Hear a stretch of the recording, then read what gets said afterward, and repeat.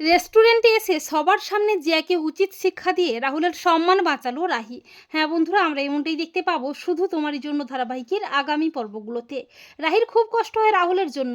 রাহি মনে মনে ভাবে, রাহুল আমি জানি তুমি ঠিক আসবে আমাকে নিয়ে যেতে, কিন্তু রাহুল আসছে না দেখে রাহির খুব কষ্ট হয়। অপরদিকে রাহুলেরও খুব কষ্ট হয় রাহির জন্য। এরপর জিয়া প্ল্যান করে রাহুলকে একটা রেস্টুরেন্টে নিয়ে যায়। মিমো সবটা দেখে ফেলে, মিমো রাহিকে ফোন করে সবটা জানিয়ে দেয়। অপরদিকে জিয়া প্ল্যান করে ওয়েটার বয়কে টাকা দিয়ে রাহুলের ড্রিঙ্কসের নেশা মিশিয়ে দেয়।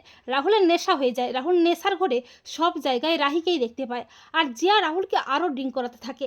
আর ঠিক তখনই রাহিও চলে আসে। রাহি এসে সবার সামনে জিয়াকে আচ্ছা করে ঠাঁটিয়ে চড় কষিয়ে উচিত শিক্ষা দিয়ে বলে, তোমার সাহস তো কম নয়, তুমি রাহুলকে জোর করে ড্রিঙ্কস করিয়ে নেশা করাচ্ছ, এই নাকি তুমি রাহুলের বেস্ট ফ্রেন্ড?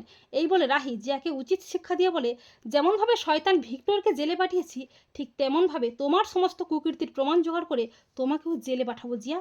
এই বলে রাহুলের সম্মান বাঁচিয়ে রাহুলকে নিয়ে বাড়ি ফিরে আসে রাহি।